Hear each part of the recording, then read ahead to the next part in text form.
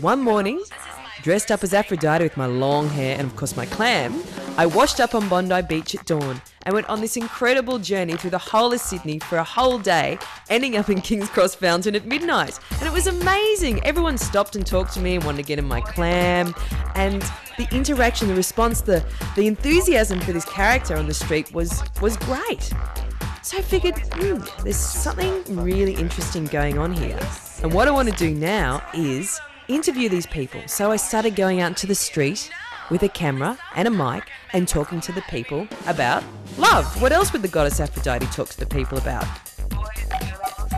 So I went to Bali, I went to Broome, I went to the Bondi elections, I went to the Opera House and talked to people about love. And they went off. They told me everything. I couldn't believe what people were prepared to share with me as the goddess Aphrodite in my clam on TV. It was amazing being in Bali because you think the language barrier would be a major problem, but generally people could understand what I was talking about and were really, really prepared to talk about their love lives with me, even if it came down to sort of a more gestural sort of body language conversation. It was still very interesting how much information you could share with each other around this subject. Love TV itself, as the interview show, came into being at an exhibition called Art Castle. I set up my clam in my bedroom with the camera and I connected the camera to a tiny little TV right down the other end of the house in a cupboard. Every person at the party came and told me their love story. Next was Adelaide Fringe Festival. I headed off to this festival with my credit card, with my clam and this concept. And the organisers said, here you go, here's a little tiny top tent. I hired this big, massive TV and I set myself up in the little tent, connected my camera to the big TV outside and started interviewing people. And it was the hit of the festival. It was amazing, I was as surprised as everyone else at how successful it was. And again, how willing everyone was to tell me their love lives, their stories, their intimate details, even though they knew 100 people were sitting outside watching. After the success of Adelaide, we were invited to the Old Fitzroy in Sydney, where we did an 8-week season.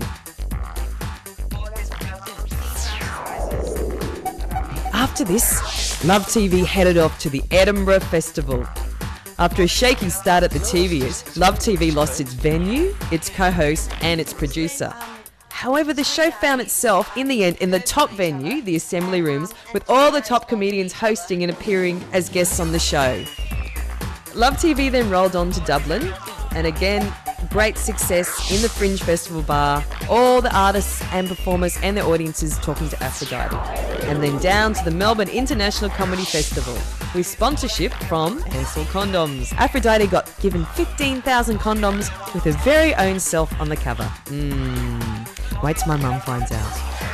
Next, we're invited to the St Kilda Film Festival, and the footage we shot at the opening night party was made into a short film that was then screened at the Astor on the award night ceremony. The concept has yet evolved further at the Melbourne Fringe Festival 2004. Here, I created a massive hot pink TV which I set up in the window of Bar Open on Brunswick Street. In that hot pink TV, I created my beautiful little boudoir where people joined me for an intimate conversation. The cameraman filmed this and then projected it back into the bar. As you walked down the street, you could see what was going on in the TV, but you couldn't hear it, so you'd come into the bar and see the projections of the conversation.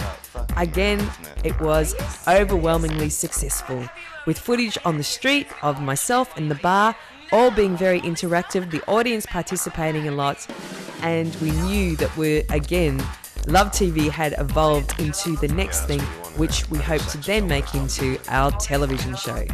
We will tour the live show to events and festivals, interviewing the stars, the celebrities and their audience about the subject of love, capturing their love stories and their responses to the question, are you in love at the moment? Are you?